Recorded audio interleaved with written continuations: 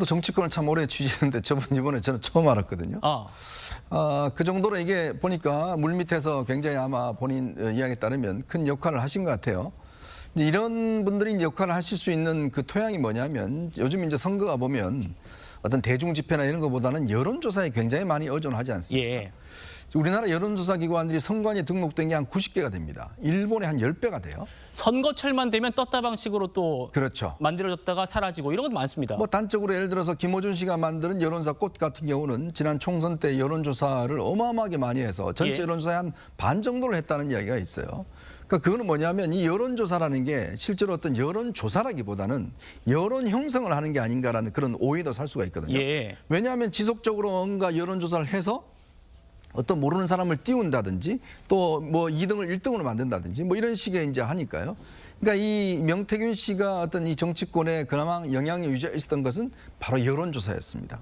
바로 여론조사를 어떤 면에서 보면 그 원하는 사람들이 1등을 할 수 있도록 많이 만들어줬다는 거. 네. 이제 그게 지금 현재 뭐 보니까 당시에 대선 때도 이분이 의뢰한 게 한 50건 정도 된다는 거 아니겠습니까? 그러니까 이준석 대표가 될 때. 라든지 또 오세훈 시장 당시 선거 때라든지 그런 걸 통해서 인맥을 형성을 하고 그런 능력들, 즉 어떤 사람을 띄운다든지 이럴 때 이제 명태균 씨가 어떤 결정적 역할을 했던, 그리고 지난 대선 과정에서도 윤석열 대통령을 여론조사에서 상당히 어떤 면에서 보면 좀 띄우는 역할들 뭐 이런 것들을 했기 때문에 나름대로 이 정치인들 입장에서 보면 저 사람이 뭔가 해주면 내가 뜰 수 있다라는 소문이 퍼질 거 아니겠어요. 그래서 아마 제가 볼 때는 그 만남을 거절할 수가 없었던 것 같아요. 그게 이 야당도 마찬가지로 그런 여론조사라든지 그런 것들이 지금 이 정치판에 팽배하기 때문에 그거를 무기로 해서 이분은 아마 꽤 이제 활동을 늘려나간 것 같습니다. 그러면서 정치인의 어떤 이 친분이나 이런 것들을 활용을 해서 본인의 그거를 예를 들어서 본인의 어떤 이득이나 뭐 여러 가지 어떤 이권이나 이런 걸로 어떤 면에서 전환하지 않았는가라는 그런 의혹들이 있고 지금 많은 언론들이 그 부분을 좀 취재를 하고 있는 것 같습니다. 특히 이제 지금 김영선 전 의원 관련돼서는 김영선 전 의원이 거의 지금 세비의 반을 갖다가 이분한테 계속 줬다는 거 아니겠습니까? 예. 그게 9천만 원이고 그 관련해서 지금 현재 검찰이 수사를 벌이고 있는 거거든요.